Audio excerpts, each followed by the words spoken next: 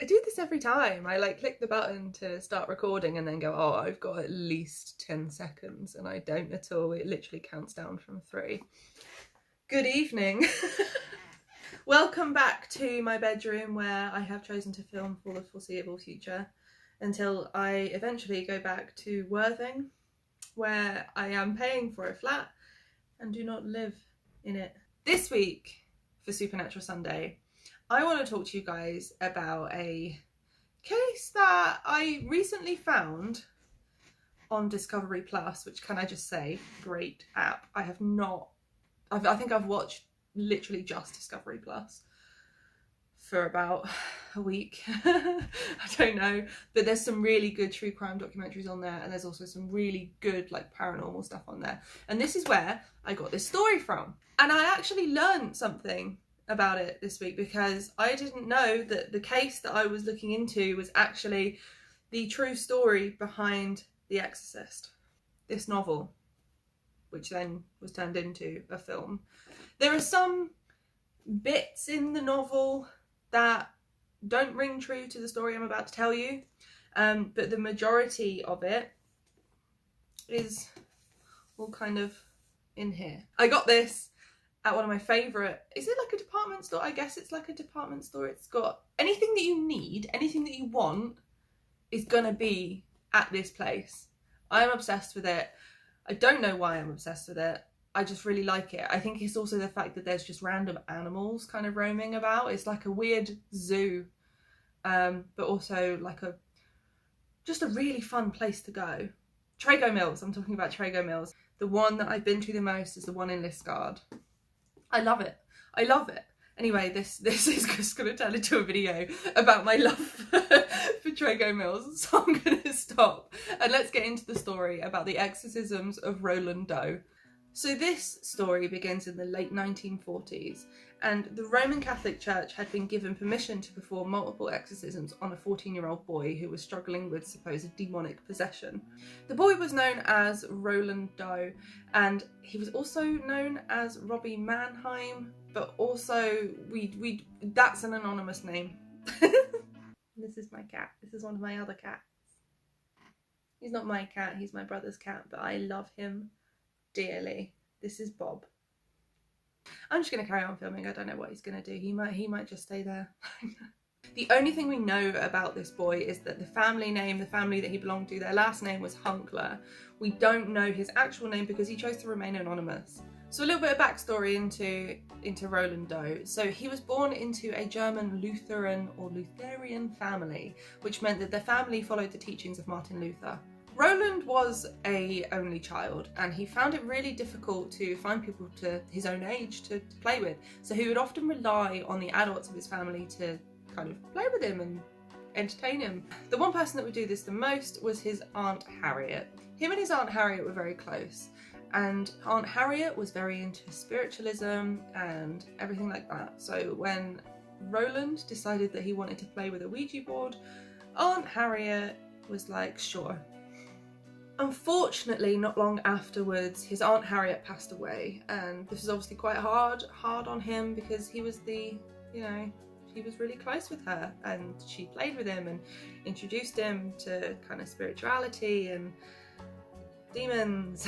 He began to hear scratching noises from his bedroom walls. He would also see water pipes leaking randomly, spontaneously, out of the blue. The weirdest thing that would happen to Roland was that his mattress on his bed would shake violently, or just kind of violently,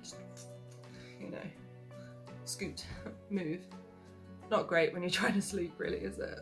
So this went on for a while, and the family started to believe that something was going on. There was something paranormal happening there. So the family decided to seek help from experts. So they went to doctors, they went to psychiatrists, they went to priests, they went to their own church, like their church ministers, for help, but no one would help them. They did get pointed in the direction of the Jesuits.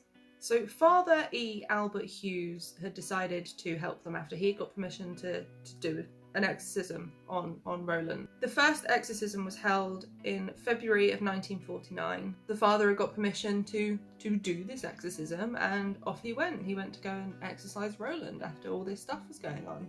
This idea of exorcising Roland, they thought would possibly just, you know, put an end to everything that's going on with him, because it always seemed to revolve around him. It was never just like paranormal things happening around the house. It was always Roland. So the exorcism was called to a halt because Roland, even though he was strapped down to the bed, he'd managed to unget his hands. Roland had actually managed to get his hands out of the restraints and rip a spring out of his bed and slash the father all down his arm, which resulted in over 100 stitches. They weren't going to do another exorcism. The father was like, no, I'm out of there. So a few days later, Roland had actually found some fresh red scratches all along his stomach area, on his abdomen. These scratches supposedly spelled out the name Louis, or Louis. Louis? St. Louis? Either way, they had to, the family saw this as a sign to go to St. Louis. St. Louis. St. Louis. So the family went over to St. Louis to try and get help for Roland. That was what they believed would help. You know, it was written on his stomach. And that was also where his Aunt Harriet lived, can I just point out. I'm really hung up on the fact that I don't know whether it's St. Louis or St. Louis. I'm gonna call it St. Louis just for the... But I think it's Louis. We're gonna go with St. Louis. If I'm wrong, feel free to correct me. This is just a classic case of what does Dom mean? Roland had a cousin that was attending the University of St. Louis, and they had pointed them in the direction of a couple of priests that may be able to help the family with their demons, you know, the demons that were in Roland. The two priests that were called to Roland were Father William Bowden and Father Walter Halloran. Even though the family had travelled to St. Louis, the paranormal activity was still going on. It was still happening, and Roland was increasingly kind of getting more stressed and more, you know, as you would, you know, it's not a nice thing to go through. So Father Halloran and Reverend Bowden had actually got permission from the university president to go and perform a couple of exorcisms on Roland. So he was about to go through this whole thing again. They did quite a few exorcisms on Roland. He hadn't actually lashed out at them at this time. There was no kind of physical violence from him. It was just the typical screaming, you know, all of that. During the exorcisms that they performed, they were seeing fresh scratches appearing on Roland, but they were also witnessing the same behaviour that had been described to them that was happening when Roland was back in his home state of Maryland. What was also odd about this whole thing was that this whole thing, like the whole him acting up like this, being possessed, was only happening when he was going to bed. It was not happening during the day. During the day, cool as a cucumber, the calmest person.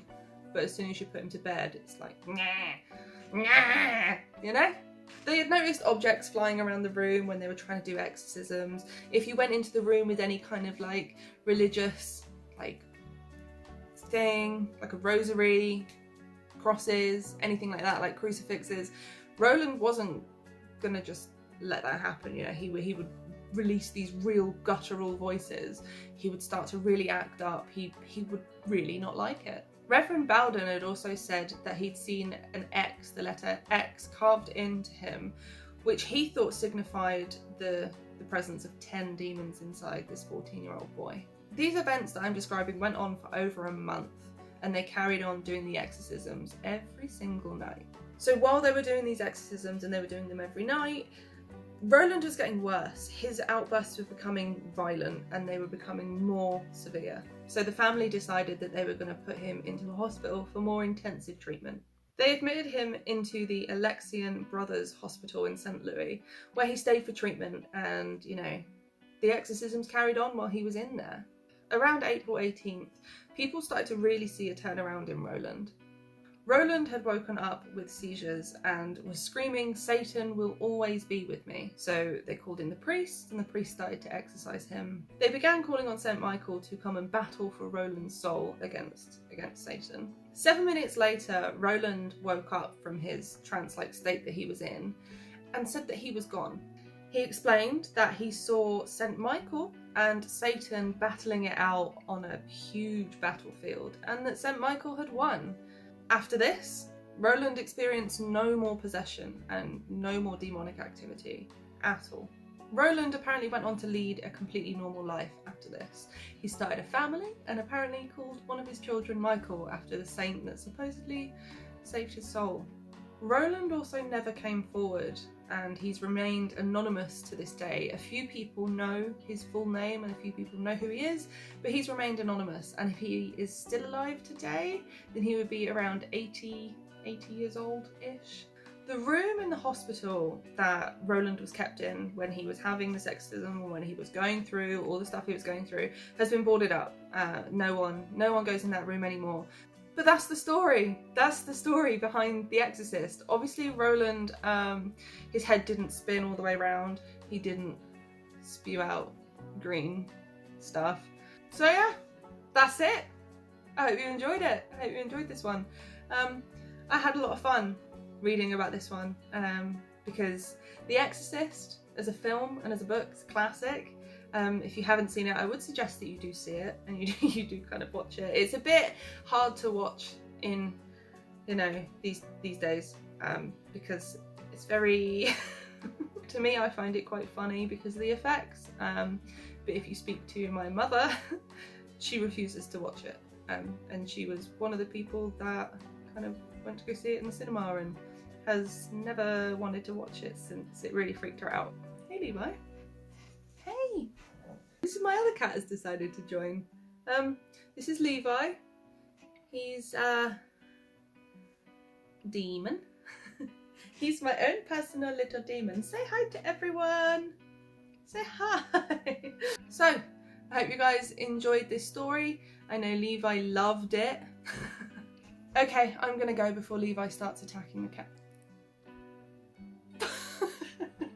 I will speak to you guys on Tuesday when I'll be back for... I can't do anything with this cat around, honestly. Okay, I will speak to you guys on Tuesday. I hope you've had a lovely weekend and a beautiful week. I'm really sorry I missed Tuesdays. Just Tuesday, just gone. I have not been doing too well with my health, but hopefully I'm starting to get better now. So I will see you guys on Tuesday for True Crime Tuesday, and I hope you have had a wonderful day and a great weekend, and I will see you soon in 2 days. Okay, bye!